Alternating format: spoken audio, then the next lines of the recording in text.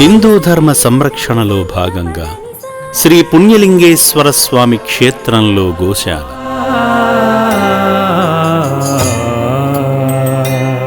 ఇప్పటికే ఉన్న చారుమతి కపిలగోవుకు తోడుగా మరో కపిలగోవును తీసుకువచ్చిన శ్రీ శంకర గురూజీ.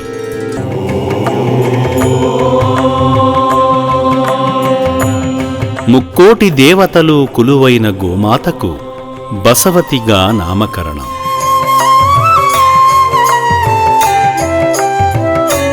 బసవతి సంతానమైన పుణ్య బసవన్న ఆలయ ప్రాంగణంలో చేస్తున్న సందడి.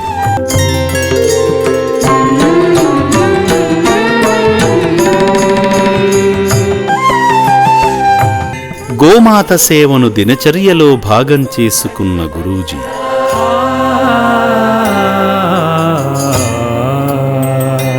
శ్రీ పుణ్యలింగేశ్వర స్వామి క్షేత్ర గోశాల నిర్వహణకు మీ వంతు విరాళమందించి సకల దేవతాశీస్సులు పొందండి.